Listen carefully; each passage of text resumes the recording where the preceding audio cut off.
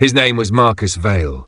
To the world he was the face of power, a titan of wealth, a man who had everything: jets, penthouses, islands and empires.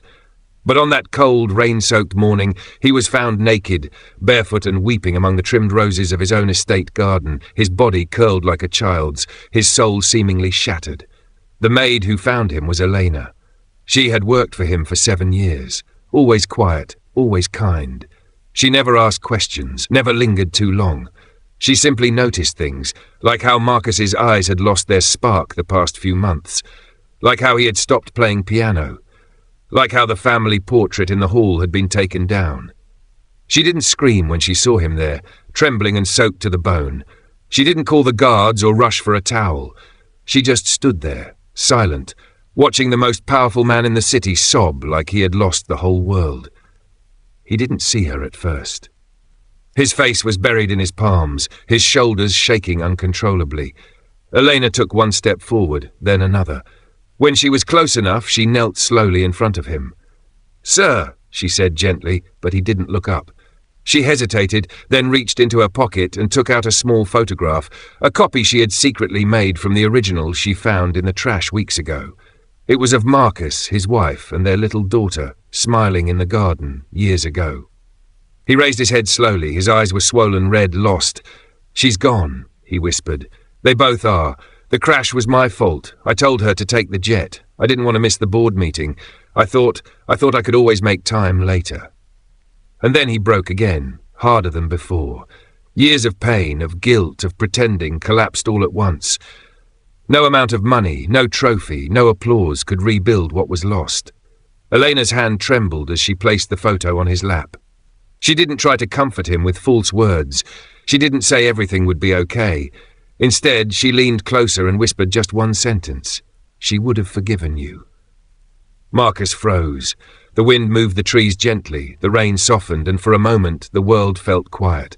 He looked at Elena like she had spoken a secret only his soul knew.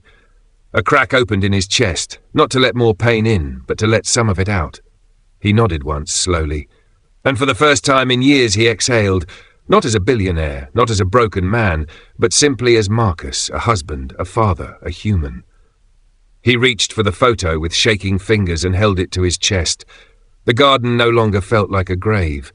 It felt like a beginning.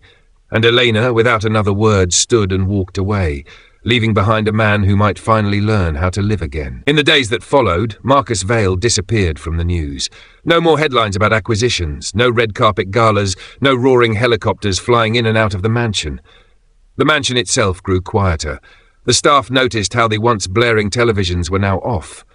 The grand piano, untouched for years, began to play again, hesitantly, like a man learning how to breathe.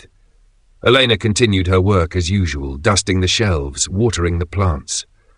But now, sometimes, she'd find Marcus sitting in the garden, not crying, not broken, just sitting, holding that photograph gently in his hands.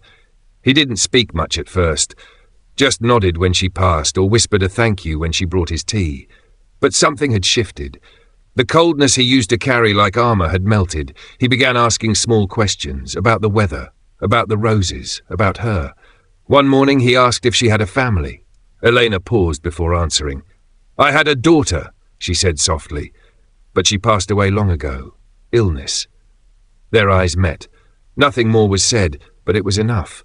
2 people, 2 losses, no hierarchy, no billionaire and maid, just grief meeting grief in quiet understanding. Marcus started walking the halls again. He lingered in the children's room he had locked for so long. He opened dusty books his daughter once loved, and one day he brought out the old toy piano she used to bang on, placing it near the grand one. Elena found him sitting at both pianos, one hand on each keyboard, playing something soft and broken and beautiful. She watched from the door, tears pricking her eyes, and said nothing. It was later that week when Marcus asked her to sit with him at dinner, not to serve, not to hover, just to sit. She hesitated, but his voice was different now.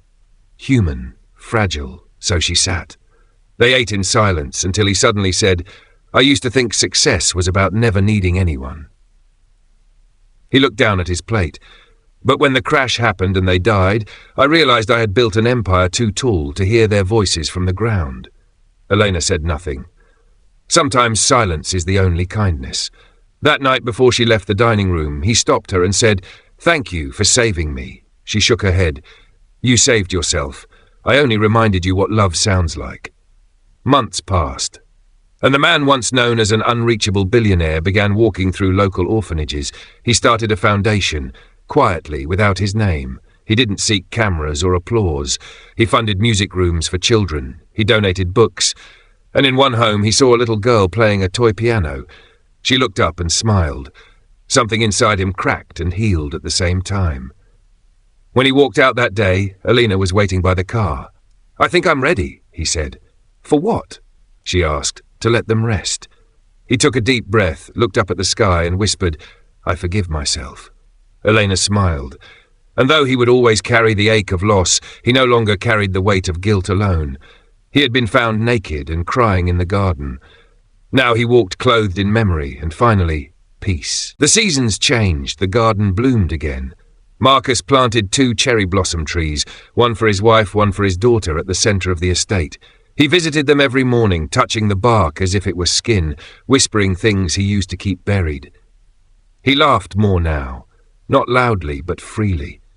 The sound was unfamiliar at first, like an old melody remembered after years of silence. The mansion, once hollow with echoes of wealth, felt warm again, filled with quiet piano notes, gentle conversations, and life. Elena remained by his side, not as a maid, but as someone he trusted deeply. He began introducing her simply as my dearest friend. She taught him how to cook eggs the way his daughter used to love. He helped her fix the roof of her tiny home in the village. There were no debts between them, just kindness flowing back and forth like breath. One evening, as the sun melted over the horizon, Marcus stood in the garden facing the trees. "I thought I lost everything," he whispered, "but you gave me a way back." He turned to Elena, standing nearby with a soft smile, her apron fluttering in the breeze. "You once said she would have forgiven me, but I think I needed to learn how to forgive myself first." Elena nodded. "You did." He looked up at the sky, pink, soft, endless. "I'll carry them with me," he said, "not as pain, but as love." That night, he played the piano for the entire household. Not alone, not mournful. The music was warm, like spring, like beginning again. Staff paused to listen. Elena stood by the door, hands folded, heart full. He was no longer the billionaire who cried in the garden. He was just a man who had fallen apart and chose to live again. The end.